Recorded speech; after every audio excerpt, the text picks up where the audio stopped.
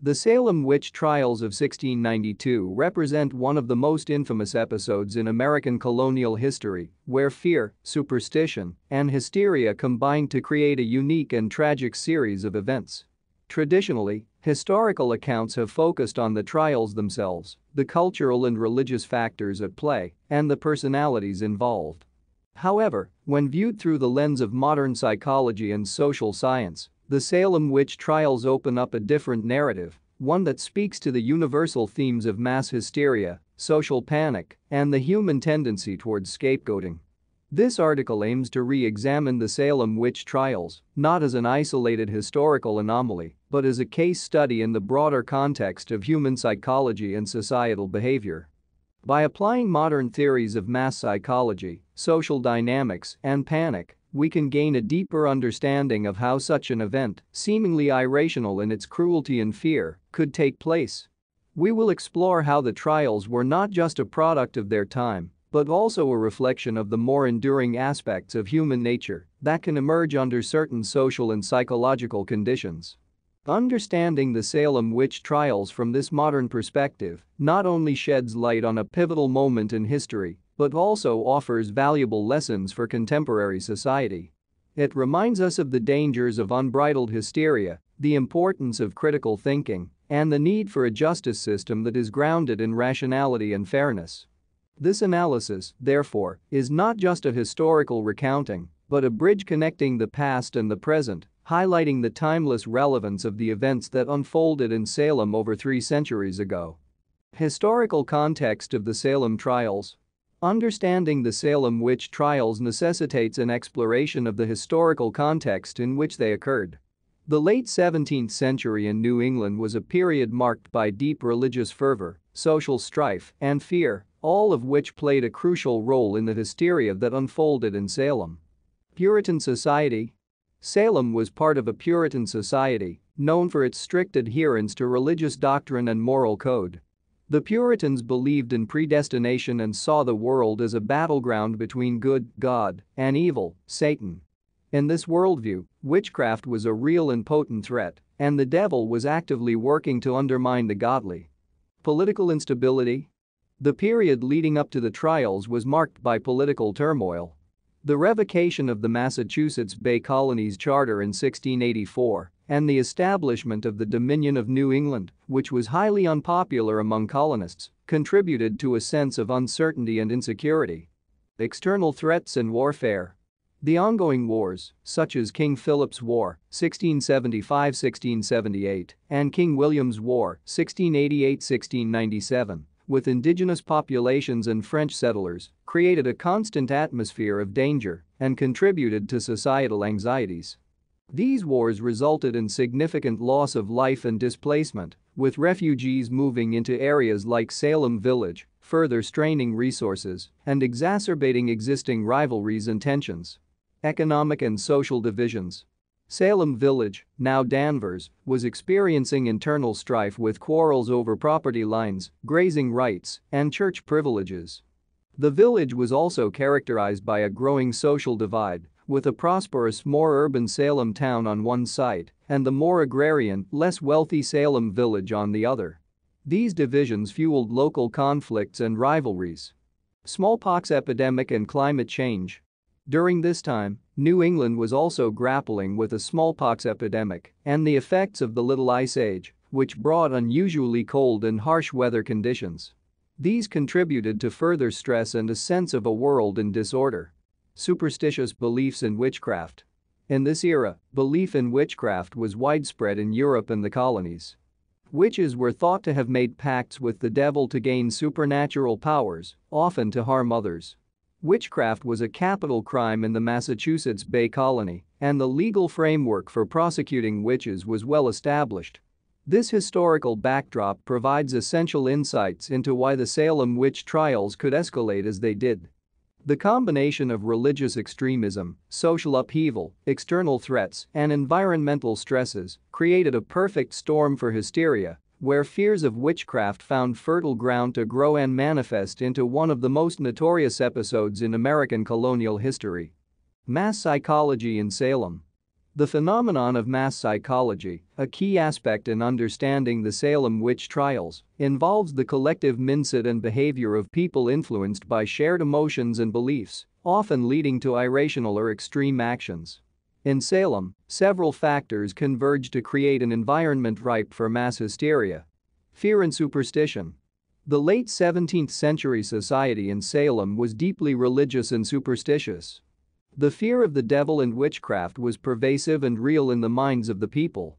This fear was not just a religious or superstitious belief, but a tangible concern, deeply embedded in their daily lives. The collective anxiety about the supernatural created a fertile ground for panic. Isolation and stress.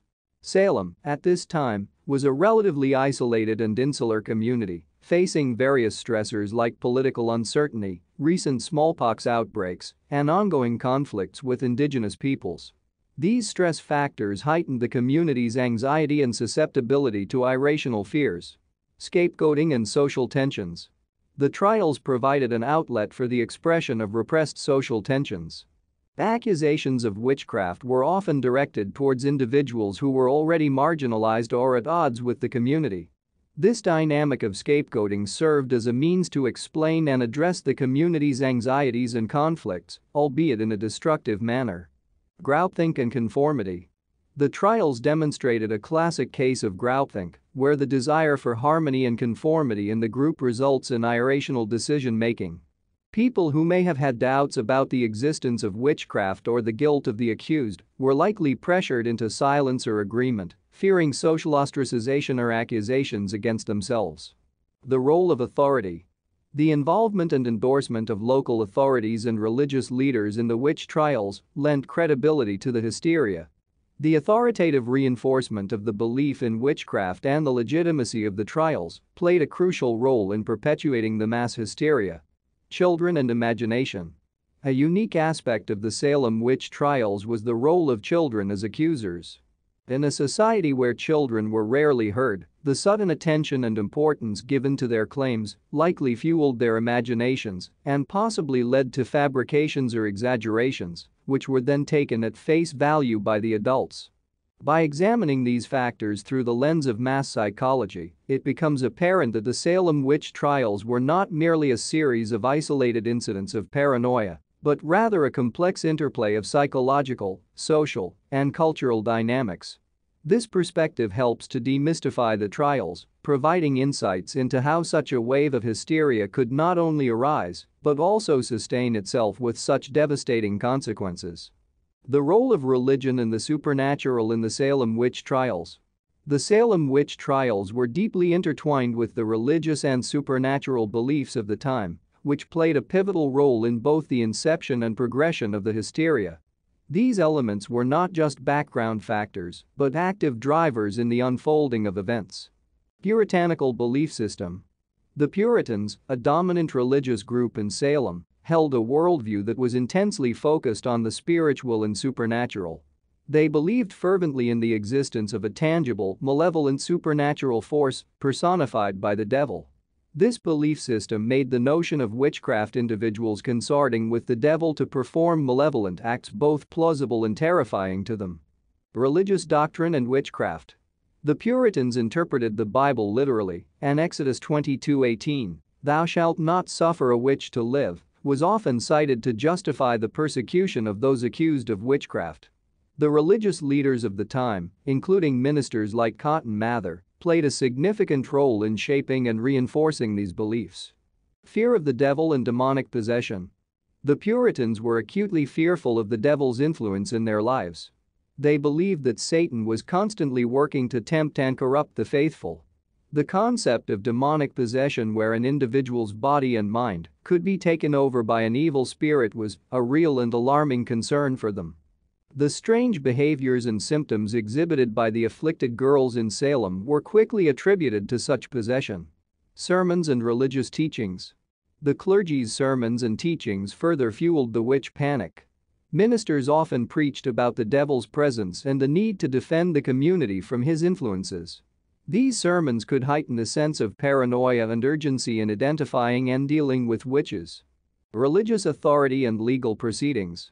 The intertwining of religious and legal authority in Puritan communities meant that religious beliefs were deeply embedded in legal proceedings.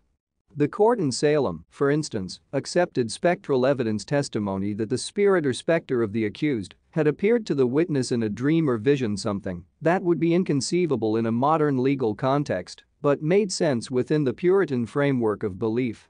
Social control and religious orthodoxy. The trials also served as a means of enforcing religious orthodoxy and social control. Accusations of witchcraft were often directed at individuals who were seen as deviating from the expected norms of Puritan society, either in behavior, religious practice, or social standing. Eradicating evil and purifying the community. Finally, the witch trials were seen by many in Salem as a way to eradicate evil and purify the community. The trials and executions were viewed as a necessary, albeit extreme, response to what was perceived as a direct threat to the spiritual and moral fabric of their society. In summary, the role of religion and supernatural beliefs in the Salem witch trials cannot be overstated. These elements were central to the Puritan worldview and were instrumental in shaping the events and responses that characterized this dark chapter in history. The trials highlight how deeply held religious beliefs, when combined with fear and societal pressures, can lead to tragic consequences. Social and political factors in the Salem witch trials. The Salem witch trials were not just a religious or supernatural phenomenon, they were also deeply rooted in the social and political context of the time. This section explores the complex web of societal and political factors that contributed to the outbreak and escalation of the witch trials. Social hierarchy and power dynamics. Salem's society was stratified, with clear divisions between the wealthy and the poor, the influential and the marginalized. These divisions often influenced who was accused of witchcraft. Typically, those without social power or standing, such as women, especially widows or those without male protectors, and the poor were more vulnerable to accusations. Land disputes and family feuds. Many historians note that underlying the witchcraft accusations were often long-standing feuds between families, particularly over land and property rights.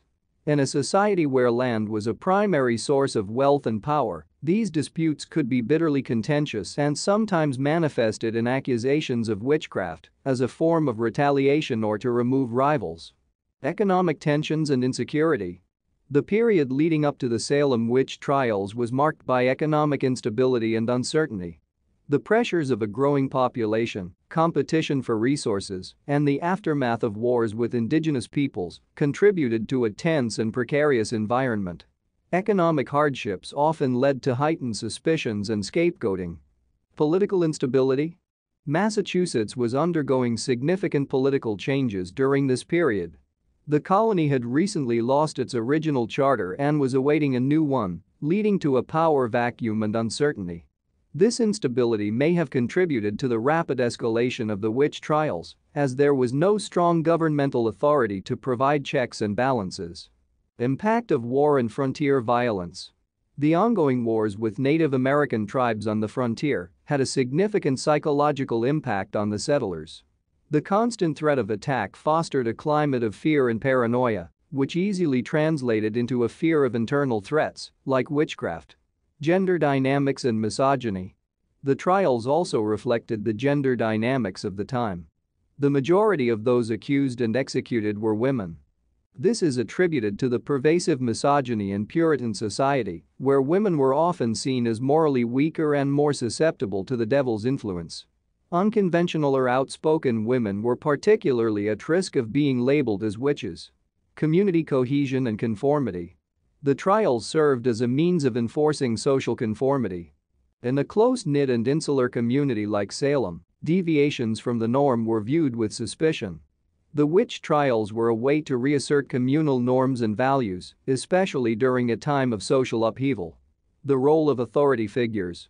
The encouragement and involvement of authority figures, including magistrates, judges, and ministers, lent legitimacy to the trials and allowed them to continue. Their involvement was crucial in escalating the witch hunt from a series of accusations into a full-blown crisis. The use of witch trials as a control mechanism. Finally, the trials can be seen as a mechanism for controlling and repressing segments of society. They were a tool for maintaining the status quo and suppressing dissent or deviance, effectively serving the interests of the more powerful and established groups in Salem. In conclusion, the Salem witch trials were a complex interplay of social, economic, and political factors. These factors created a fertile ground for hysteria to thrive and turn into one of the most infamous episodes in American history. Understanding these underlying factors helps to explain how a series of accusations spiraled into a catastrophic event, leaving a lasting impact on the community and the broader American consciousness. Modern lessons from the Salem trials. The Salem witch trials, a dark chapter in American history, offer numerous lessons for modern society. This section delves into the timeless insights and warnings that these historical events provide, emphasizing their relevance in contemporary contexts. The dangers of mass hysteria. The Salem witch trials are a classic example of mass hysteria, where irrational fears and rumors can spiral out of control, leading to unjust persecution and violence.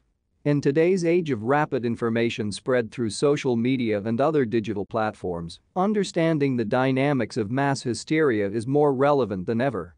It serves as a warning against the uncontrolled spread of misinformation and the importance of critical thinking. Impact of fear and paranoia. The trials underscore how fear and paranoia can override rational thinking and lead to tragic consequences. They highlight the need for societies to manage fear, especially during uncertain times, and to prevent it from fueling irrational and harmful actions. Importance of due process and fair trials. One of the most significant lessons from Salem is the importance of due process and fair trials in any judicial system. The lack of proper legal procedures and reliance on dubious evidence in Salem led to grave injustices. This underscores the need for robust legal systems that protect the rights of the accused and ensure justice is fairly and transparently served. The role of authority in influencing public opinion. The trials demonstrated how authority figures can significantly influence public opinion and actions. It's a reminder of the responsibility that comes with authority and the importance of ethical leadership, especially in times of crisis. Scapegoating and the perils of othering. The witch trials were partly fueled by the scapegoating of certain individuals and groups. This phenomenon, where societies project their fears and frustrations onto marginalized groups, remains relevant. It's a cautionary tale against the dangers of othering and the importance of inclusivity and empathy in diverse societies. The power of groupthink and conformity. The trials reveal how powerful the drive for social conformity can be, often at the expense of individual critical thinking. They serve as a warning against the dangers of groupthink and the value of maintaining independent thought and skepticism. Understanding the intersection of various social factors. The complex interplay of religious, social, economic, and political factors in Salem illustrates how various aspects of society can converge to create a volatile situation. This holistic understanding is crucial in modern times to address complex social issues effectively. The need for historical awareness and education. The Salem witch trials highlight the importance of historical awareness and education. Understanding the mistakes of the past can help prevent the repetition of such injustices. Educating people about these events fosters a more informed and vigilant society. Promoting tolerance and rejecting superstition. Finally, the trials serve as a stark reminder of the dangers of superstition and intolerance. They emphasize the need for societies to promote rationality, scientific thinking, and cultural and religious tolerance. In conclusion, the Salem witch trials, while a product of their time, provide enduring lessons for modern society. They remind us of the potential for injustice when fear, misinformation, and lack of critical oversight prevail. By reflecting on these events, contemporary societies can strive to create a more just, rational, and tolerant world.